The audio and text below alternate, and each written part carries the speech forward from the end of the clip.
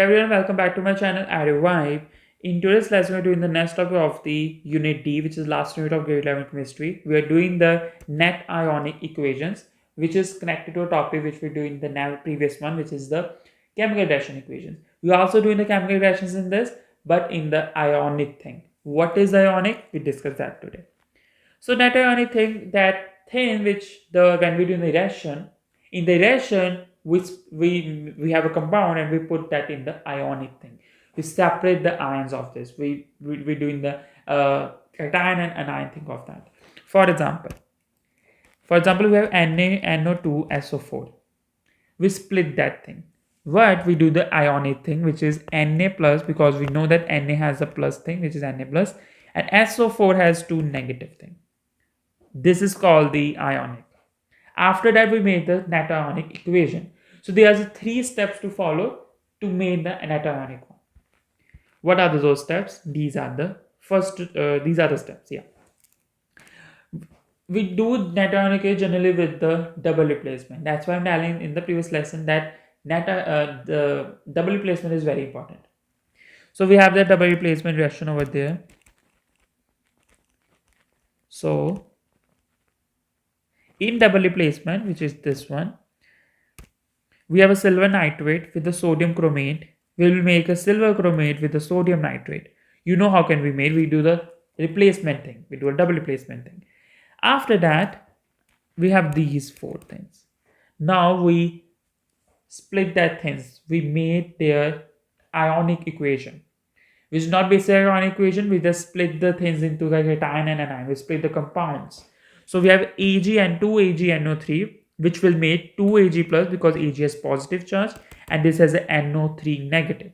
The 2 stays with both because they multiply with both to balance that.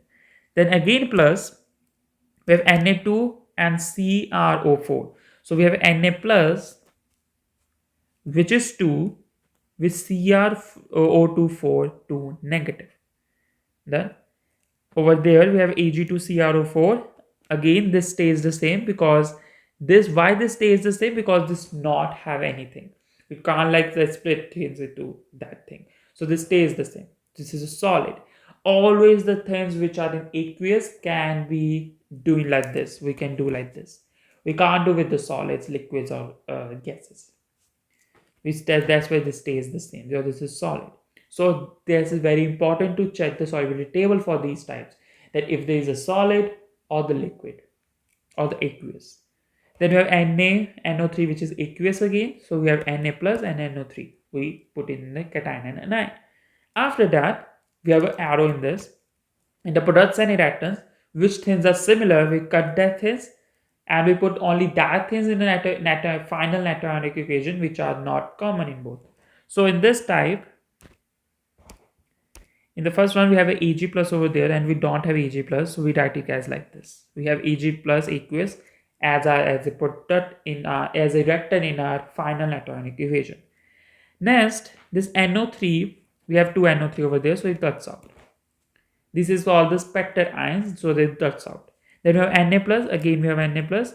Make sure your 2's, like 2 Na plus and 2 Na plus should be same also. So we left only with this, and this is not all over there. So we write CrO4 2 negative as aqueous. Over there we only left with this solid thing. So we put that thing.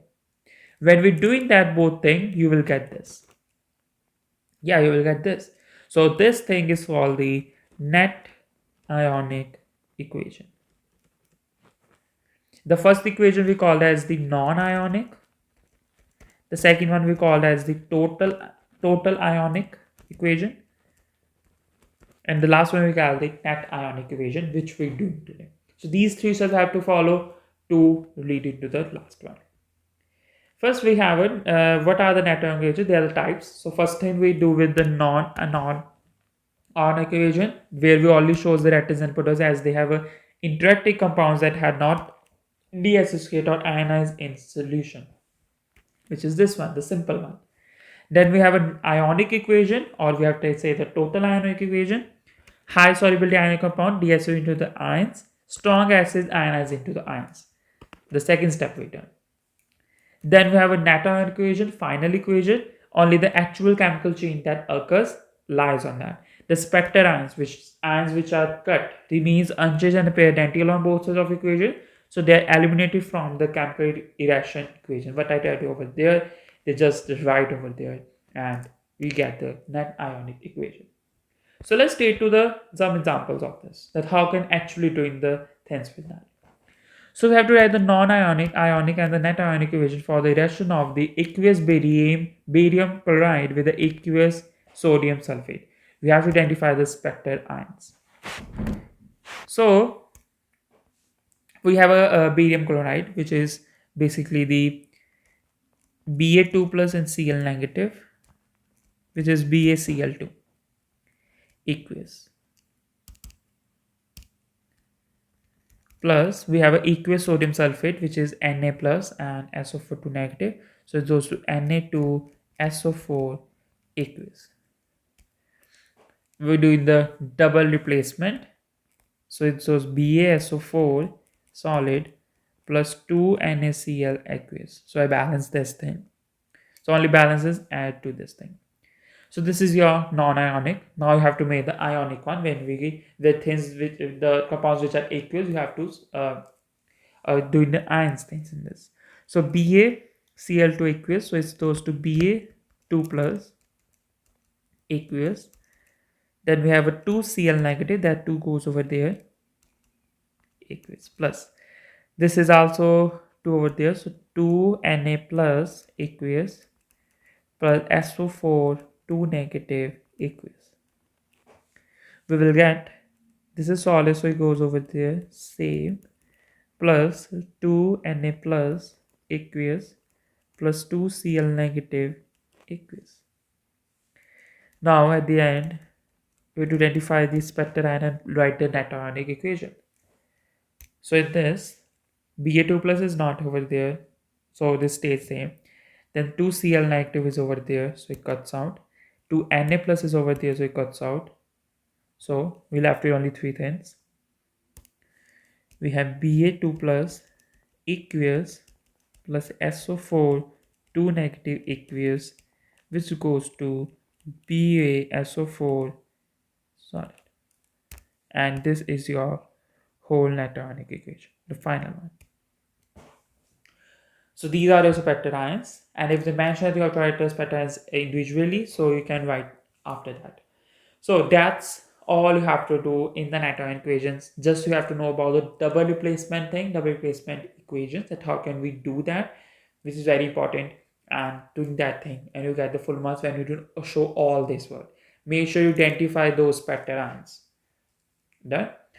So that's all for this lesson, and in design we just like doing the same thing which we do in the previous topic, but we have to know about the net ionic thing now.